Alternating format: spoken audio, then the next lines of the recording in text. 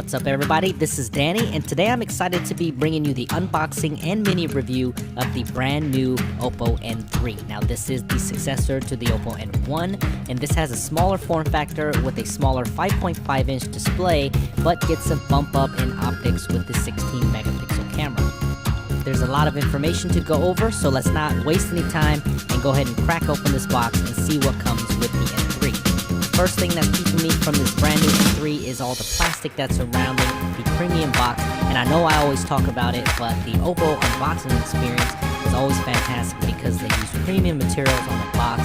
It just feels great to get one of these new devices. So when you pop open the top, you'll see exactly what you bought. It says N3 there on the right hand side. Now there's a nice little pull tab here that you can use to pull your brand new N3 out, and this is the white version. I'm not sure if there are any other colors planned at this time, but make sure you follow me on Twitter at @SuperScientific and I will let you know.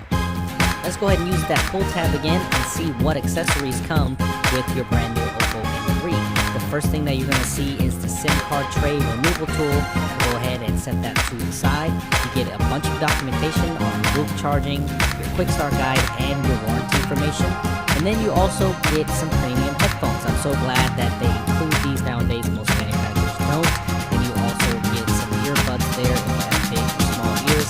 And you also have the brand new OClick 2.0, which is a Bluetooth remote control. Has a lot of different functions for the camera, and it also has a little LED light in there, and I will show you that later on in the full review.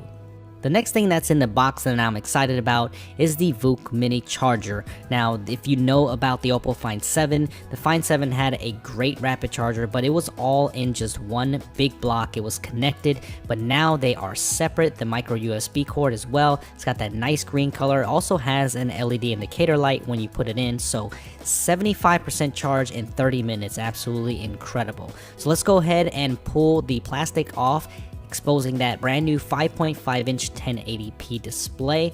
And the one thing about this form factor is so much better than the N1. The N1 was so tall because it had such a large screen.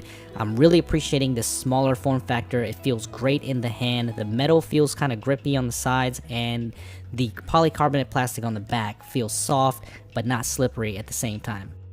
The one thing that I really like that I saw in Singapore, and I'm looking at it here again, is this skyline notification light. And the Oppo Find 7, that was one of my favorite things, is just that glowing, pulsing blue light. And this takes it to the next level here. You'll see that cutout, so no matter if you have your phone facing down on the desk, or if you have it right side up, you're going to be able to see your notifications every time. The N3 is a dual SIM device. It has a nano SIM card slot, which doubles as the micro SD card expansion slot, and it also has a micro SIM. And right underneath that, you will find the power button, which is kind of weird because most power buttons are on the right hand side instead of the left. So right below that, you will find your micro USB port.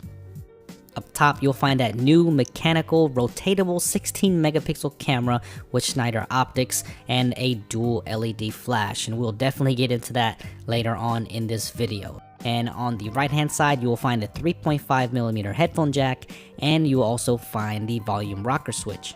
On the back is just a smooth polycarbonate plastic with the Oppo logo, and right underneath that you'll find a clickable button that also doubles as the fingerprint scanner, and I'll show you how that works later on. And in this white polycarbonate plastic, you will find a little pattern here. It looks like a city, and it's very subtle. It's blue in color, but it looks pretty nice. Right where that skyline notification light blinks, there is a single speaker there with the primary microphone. All throughout, you can see the nice metal frame along with the chamfered edges. Now let's go ahead and power this thing up and talk about the specs a little bit. This thing is powered by the Snapdragon 801 processor with 2GB of RAM, the Adreno 330 GPU, and a very large 3000 milliamp battery. It has NFC, Bluetooth 4.0, and everything that you would expect from a modern smartphone, and it also has LTE connectivity. Alright, so there is the 5.5 inch 1080p display fired up, but it's kind of hard to see out here in the daylight, so I'm going to go ahead and take it inside so I can show you some of the UI. Double tap to wake is one of my favorite features, and it is here. It's been on Oppo devices forever, and you can see the new lock screen here. You go ahead and flip that up and see how beautiful this 1080p display is. And it is crisp, it's sharp, it's vibrant, it's got great viewing angles as well. So I'm very impressed with this display. The only thing is that I felt that the brightness output is a little bit low, so I'll let you know in the full review if this is a problem in direct sunlight. So we'll go ahead and run through the software real quick. This is running ColorOS 2.0, and if you're familiar with Oppo devices at all, then ColorOS will be very familiar to you. Love it or hate it. And this looks very much similar to ColorOS of prior, but there are some new animations here. There's a new multitasking tray here that looks kind of like iOS multitasking, and you have the kill all button right here, which I always love.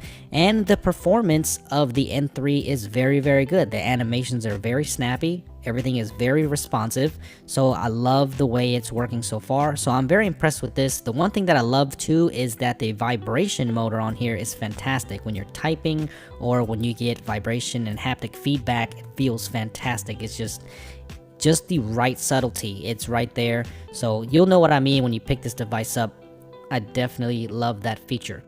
The menu portion doesn't look that much different at all, but I wish it would have got that darker theme from their other new phone, the Oppo R5. It has a pure black theme. It looks fantastic. The Oppo Find 7 used to have a problem with partition to where you only had a certain amount for app data, and I don't see that here whatsoever. It says that 5.85 gigs is used up for ColorOS. Wow, that's a lot. But it looks like that the other available, almost 25 gigs, is free for anything. So I know that sounds crazy for other Android devices, but this used to be a problem under the other versions of ColorOS. Remember that button on the back? It also doubles as a fingerprint scanner, so I'm going to show you how to set it up and how it works right now. So the Galaxy devices use a swipe gesture, but this one does not. This uses the same type of implementation that the iPhone 5s or iPhone 6 would. All you do is just place your finger there and you don't have to swipe or anything. Now I'm very impressed with this because it does work pretty much the same as Touch ID. It's not as accurate, but the best way for me is that when you actually click that button in the back, it unlocks the phone or it tries to wake the phone up. So just hit that button and just hold it and with that finger that you've registered, and it will unlock it almost 90% of the time. So for Android phones, this is very accurate. This is probably the best fingerprint scanner that I've used on an Android device. So kudos to Oppo for making this work. That button area on the back acts as a gesture pad as well, so you can go ahead and control the motorized portion of the camera to make it rotate slowly, and that button can also be used as a shutter, so that's very handy when you're trying to take a selfie. Speaking of remote shutters, you can use this included OClick 2.0 Bluetooth remote control for a shutter as well. And it used to be kind of a pain with the N1 to connect it, but they put an OClick app on here now. All you have to do is open it, it just detects it and make sure that the OClick is on, and it connects almost instantaneously, so absolutely no problems. What's awesome is you can use this little thing as a notification alert because it has a little LED light in it. So if you want to get notifications and put that on the table and have your phone in your pocket, you will know when you get notifications. And it also works as a remote for the camera. Like I was telling you earlier, you can control the motorized portion of the camera as well, and also use that as a remote shutter. So this could be very cool for awesome cinematic shots or awesome panoramic shots that you might not be able to get with it in your hand. So I might try something cool for the video portion, so stay tuned for that. So you know I'm going to have to do some type of cinematic video samples because I want to be able to push these new optics and see what it's capable of. When it comes to software though, if you don't like the way that ColorOS 2.0 looks, or if you don't like that there's not an app tray there, then do the same thing I did with the Oppo R5 and put Google Now Launcher on there. I think this is a good mixture of giving it the stock Android look and also having the benefit of some of the cool stuff that's in ColorOS 2.0. And it's very responsive as well. This is how I have it set up right now, and I'm very happy with the results. So before I go, let's take a look at the camera software real quick. This is just a refined version of the software that was on the Oppo Find 7. If you just swipe from the right there, you'll get all your menus. You get Ultra HD, which is a 50 megapixel stitch shot, which works very well. And you have auto panorama there too, which I can't wait to try out on some video samples. But you can see how fast the shutter is right here. It's incredibly quick, so I am happy with that. And let's take a look at the settings real quick. But this is the one thing that bothered me here, is that the settings don't go into landscape mode, so I hope they fix that in a software update very soon. So resolution, you get 16 megapixel 4x3 or a 10 megapixel wide shot, but on the video mode there's only 1080p. I can't see the 4K recording that I thought that they were going to have, so hopefully that is also pushed in a software update to enable 4K recording. But when it comes to the imaging here, it is very sharp. It's capable of taking some awesome photos, as you can see here. Very crisp, it's clear. Some of the best pictures that I've seen on a smartphone in a long time, but it does have its faults as well. When I start to get into macro, that's when I start to see a little bit of the problems here. There is a new engine driving this, or some new software, but it tends to overexpose, as you can see here. So I think that could be a little bit of an issue as well. So, but the optics, I'm not quite sure about it yet. I can't make my decision on that because I haven't had enough time with this device. But so far, I'm pretty impressed with the camera of the Oppo N3. And of course I had to take a selfie, so with this phone you get 16 megapixel full resolution.